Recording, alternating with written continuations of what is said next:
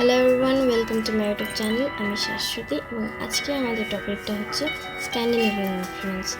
Scandinavian influence জিনিসটা কি? Scandinavian language, আর এটার অনেকগুলো যুগের সাথে অনেক এর পরিবর্তন ঘটেছে। তো সেইগুলো কী পরিবর্তন ঘটেছে এবং এটার মোস্ট ইম্পর্ট্যান্ট আছে যেটা আলোচনা করবো সেটা হচ্ছে এটার কোশ্চেন্সগুলো। তো উইদাউট স্কিপ করে তোমরা ভিডিওটা কন্টিনিউ করো, তাহলে পুরো জিনিসটা বুঝতে পারবে। সো বেশি দেরি না করে চলো ভিডিওটি স্টার্ট করি। ভাইকিং যুগে মোটামুটি অষ্টম শতাব্দীর মাঝামাঝি থেকে একাদশের ইন্ট্রোডাকশনটা কি আছে এবার দেখো।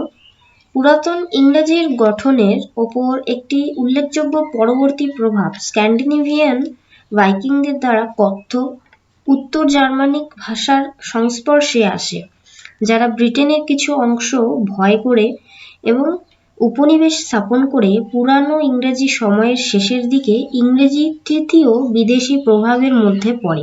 এটি ছিল স্ক্যান্ডিনেভিয়ান প্রভাব, ইংরেজি ভাষার ওপর প্রথম প্রধান প্রভাব ছিল এটা। স্ক্যান্ডিনেভিয়ান উপদ্বীপ এবং ডেনমার্ক ভাষায় এবং রক্তের ক্ষেত্রেও অ্যাংলো স্যাক্সনের প্রতিবেশী ছিল। অ্যাংলো স্যাক্সন, স্ক্যান্ডিনেভিয়ান এবং ডেনসরা পাশাপাশি বাস করত, কিন্তু চতুর্থ শতাব্দীতে একটি বড় সুযোগ সম্ভবত এই অঞ্চলের অর্থনৈতিকভাবে এবং রাজনৈতিক ভাবে ঘটনাগুলো ঘটে এবং এটি অস্বস্তি এবং দুঃসাহসিক উদ্যোগ উস্কেও দিয়ে শুরু পর্যন্ত স্থায়ী ছিল। ভাইকিংরা ছিল স্ক্যান্ডিনেভিয়ান উপদ্বীপ এবং ডেনমার্কের জার্মানিক উপজাতি। তাদের আকস্মিক আক্রমণ এবং সমুদ্রযাত্রার কারণ অজানা। এটা সম্ভব যে তারা অর্থনৈতিক বা রাজনৈতিক প্রকৃতির ছিল। তাদের দুঃসাহসিক অভিযানে সুইডাররা রাশিয়ার একটি রাজ্য প্রতিষ্ঠা করেছিল। নরওয়েজিয়ানরা ব্রিটিশ দ্বীপপুঞ্জ ফোবরাস এবং আইসল্যান্ডের কিছু অংশে উপনিবেশ স্থাপন করে এবং সেখান থেকে গ্রিনল্যান্ড এবং ল্যাব্রাডর এবং নিউজিল্যান্ডের উপকূলে চলে আসে। ডেনিশরা নরম্যান্ডির ডুকেডম প্রতিষ্ঠা করে এবং অবশেষে ইংল্যান্ড জয় করে। এরপরে ভাইকিংরা ইংল্যান্ডের বিশাল এলাকা জয় করেছিল, কিন্তু ওয়েসেক্সের রাজা আলফ্রেড তাদের থামিয়ে দিয়েছিল। তিনি ভাইকিংয়ের নেতা গ্রন্থামের সাথে ওয়েডামের চুক্তি স্বাক্ষর করে। চুক্তিটি থেকে লন্ডন পর্যন্ত মোটামুটি চলমান রেখাকে সংজ্ঞায়িত করেছিল, যার পূর্বে ভাইকিংরা এই অঞ্চলটি ছিল যেখানে ডেনিশ আইন এবং রাজনীতি অনুসরণ করা হয়েছিল এবং পরবর্তীতে ড্যানেলা নামে পরিচিত হবে। একাদশ শতাব্দীর শুরুতে ভাইকিংরা তাদের কৃতিত্বের শিকার পৌঁছেছিল। ডেনমার্কের রাজা নরওয়ে ইংল্যান্ড জয় করে এবং ইংল্যান্ডের সিংহাসন লাভ করে। ভাইকিং আক্রমণগুলি স্ক্যান্ডিনেভিয়ানরা অধিবাসনের তরঙ্গে পরিচালিত করেছিল, তবুও নতুন বাসিন্দাদের বেশিরভাগ ডেনিশই ছিল। সেখানে নরওয়েন তারপর সুইডিশও ছিল। দুটি মানুষ ইংরেজ এবং স্ক্যান্ডিনেভিয়ান একত্রিত হয়েছিল। এরপর আছে Scandinavian influence on English vocabulary, অর্থাৎ ইংরেজি শব্দভাণ্ডারে স্ক্যান্ডিনেভিয়ান প্রভাব কি কি রয়েছে সেগুলো। পুরনো নর্স উৎসে বাকাস, ডিম, আইন, কল, উইন্ডো, ছুরি এবং এমনকি তারা তাদের সর্বনাম সহ অনেকগুলো গুরুত্বপূর্ণ ইংরেজি শব্দের সূচনা করা হয়েছে এখানে। সাধারণত শব্দের 45% এবং বর্তমান সময়ে ইংরেজি অভিধানের 25% সাধারণত লেক্সিস হল এবং অষ্টম ও নবম শতাব্দীতে স্ক্যান্ডিনেভিয়ান আক্রমণ এবং বন্দোবস্তের সময় পুরনো ইংরেজি এবং পুরনো নর্সের মধ্যে ভাষার যোগাযোগ। এরপরে আছে আইনের শর্তাবলী এবং যুদ্ধের শর্তে স্ক্যান্ডিনেভিয়ানদের প্রভাব কি কি রয়েছে।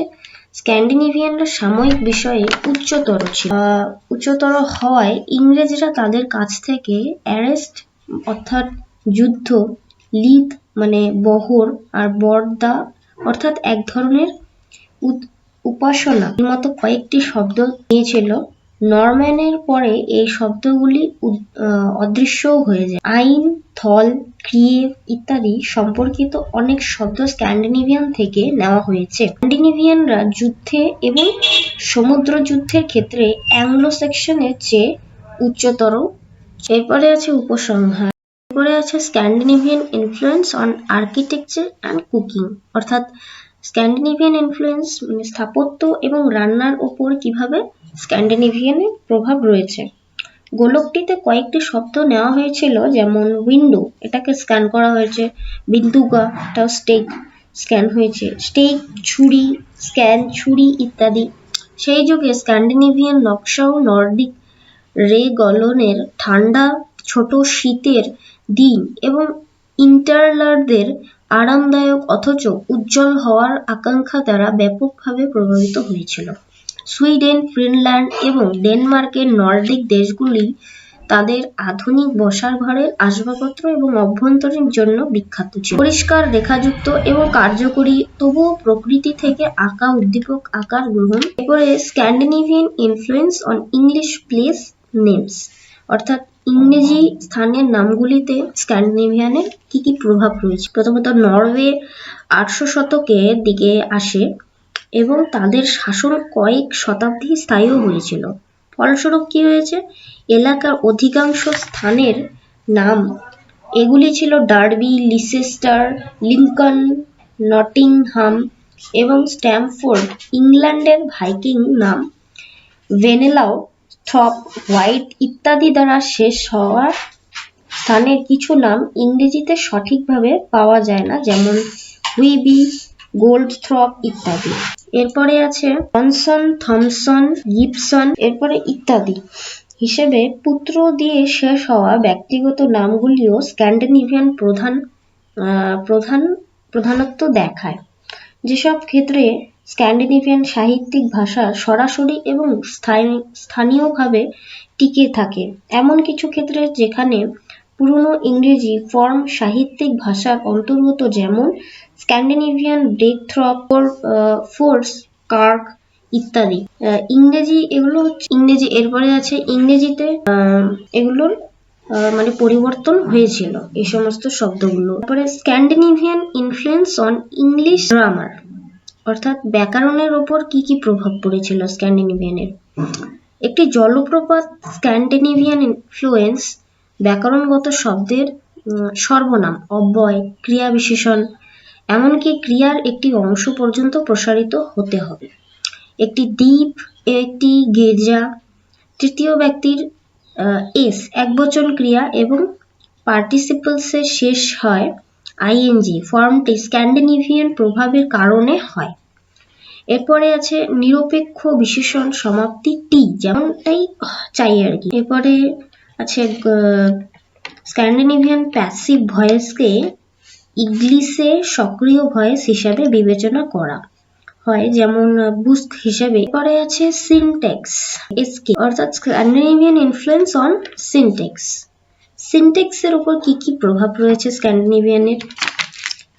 প্রভাব শুধুমাত্র এই সিনট্যাক্সের উপরে স্ক্যান্ডিনেভিয়ানের প্রভাব শুধুমাত্র ইংরেজি শব্দভাণ্ডারকেই প্রভাবিত করেনি, বরং ইংরেজি ব্যাকরণ এবং সিনট্যাক্স পর্যন্ত প্রসারিত হয়েছে।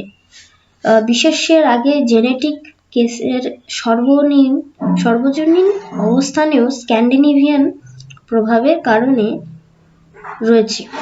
এরপরে উইল এবং কনজাংশনের ধারণ ব্যবহার স্ক্যান্ডিনেভিয়ানদের সাথে মিলেও গেছে।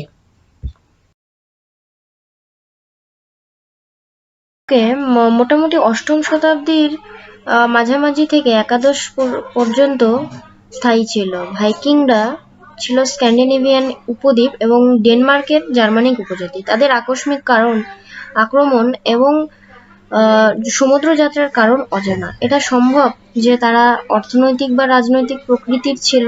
তাদের দুঃসাহসিক অভিযানে রাশিয়ার একটি রাজ্য প্রতিষ্ঠা করেছিল।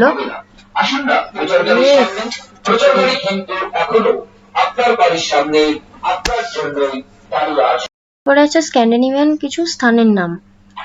বর্তমানে ইংল্যান্ডের অনেক জায়গায় স্ক্যান্ডিনেভিয়ান নাম রয়েছে, মানে 1400টিরও বেশি। এর নামগুলি উল্লেখযোগ্য প্রমাণ যে ভাইকিংরা এবং ইংল্যান্ড বসতি স্থাপন করেছিল। এই স্থানগুলির বেশিরভাগ জেলা মানে ডেনেলা জেলায় অবস্থিত। এইভাবে বিতরণ করা হয় না। এরপরে স্ক্যান্ডিনেভিয়ান শব্দের খামার বা শহর শব্দটি উপ আইনে দেখা যায়। প্রায় 300টি নাম মানে স্ক্যান্ডিনেভিয়ান শব্দ হয়েছিল, যেমন হচ্ছে আলথর্প, বিশথর্প, লিনথর্প। এরপরে গ্রামাটিক্যাল, এরপরে আছে উপসংহার। আমরা জেসপারসেন বিবৃতি যোগ করতে পারি যা স্ক্যান্ডিনেভিয়ান প্রভাবের অপরিহার্য চরিত্রকে স্পষ্টভাবে ব্যাখ্যা করে। বর্তমানে স্ক্যান্ডিনেভিয়ান ইংরেজির ভূমিকা গ্রহণ ও নিয়ন্ত্রণ করার বিপরীত প্রবণতার মধ্যে একটি উল্লেখযোগ্য উত্তেজনা রয়েছে। সেগুলো কি? যেমন ওপরের আলোচিত সুইডিশ উদাহরণ দেখা যায়। অন্যদিকে ডেইমিন হারানোর ভয় নিয়ে ভাবা নীতির ত্রৈমাসিকগুলোকে প্রভাবশালী বিতর্ক রয়েছে, যা সাম্প্রদায়িক সুইডিশ ভাষার জন্য একটি গুরুত্বপূর্ণ পটভূমি তৈরি করে, যদিও এটা অন্তর্নিহিতই রেখেছিল, যা মানে যখন শব্দগুলি পরিবর্তন হয়ে গেছে আর কি, নেওয়ার ক্ষেত্রে একটি বিরল ঘটনা বিকাশ উল্লেখযোগ্য। সো ফ্রেন্ডস, আমার এই ভিডিওটি আজকের কেমন লাগলো তোমরা প্লিজ কমেন্ট করে জানাবে। যদি ভালো লাগে তো অবশ্যই একটা লাইক করবে এবং আমার চ্যানেলটিকে সাবস্ক্রাইব করে আমার চ্যানেলের সাথে থাকবে, যাতে নেক্সট ভিডিওগুলো তোমরা তাড়াতাড়ি পেয়ে যাও। So thank you.